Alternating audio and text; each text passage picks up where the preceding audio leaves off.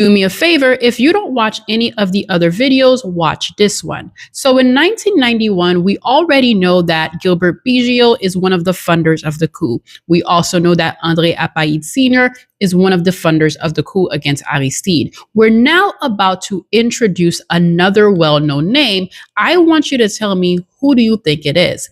I'm going to read from the screen. I am reading from archive.org, and it is in this video I am going to tell you about the two agencies that was CIA funded in 1994 that will help you connect the dots to La Saline and Martine Moïse's visit in 2018.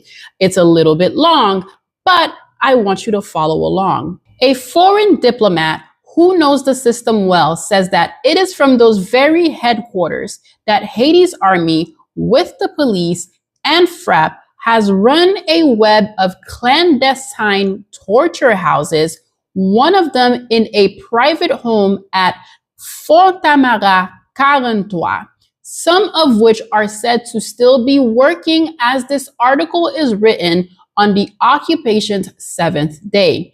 According to the diplomat, who quoted internal documents as he spoke, the walkie-talkies of house personnel are routinely monitored by the U.S. Embassy, which he said also listened on conversations of the UN civilian mission.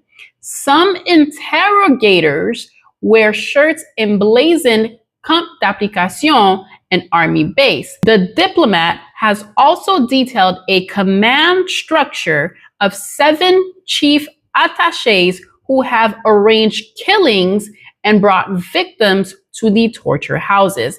I wonder who is this diplomat that they're speaking of. 4 of those senior attachés, as well as other lower-ranking ones, according to the documents and interviews, appear to have worked out of the Centers for Development and Health, the CDS.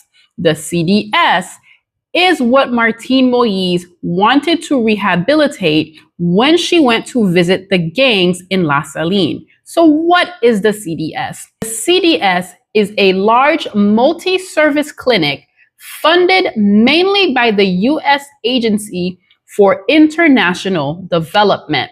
One of them, Guo Sergo, who was killed in September 1993, listed CDS on his resume, writing that he worked in its archives and was a trainer of associates there.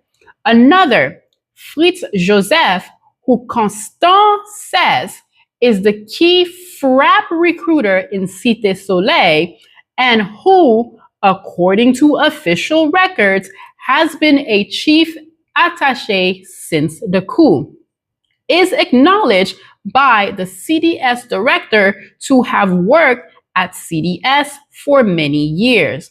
Here it comes. The other 2, Mark Arthur and Gros Fanfan, implicated by the UN in the September 1993 murder of pro-Aristide businessman Antoine Isméré, have been named in sworn statements as having regularly received cash payments from CDS. Constant confirms that FRAP leaders and attachés are working inside CDS. The CIA was working inside CDS. CDS is the Center for Development and Health. And Martine Moïse went to La Saline to negotiate with the gang members to help rehabilitate CDS in exchange for government funding. But wait, that's not all. And specifically that Mark Arthur has worked there and says he speaks often on the phone with the clinic's director, Dr. Reginald Boulos.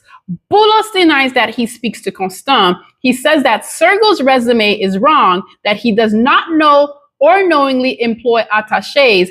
Boulos said that CDS files track every family in Cité Soleil, but insisted that, as far as he knows, attachés don't have access to the archives.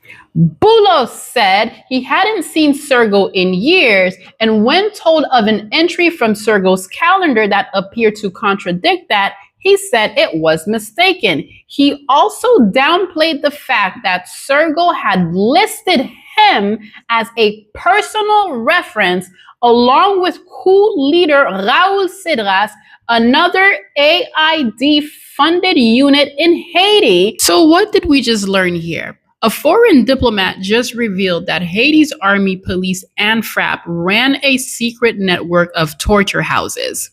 And on top of that, the US Embassy was monitoring their radios and listening in as people were killed and tortured.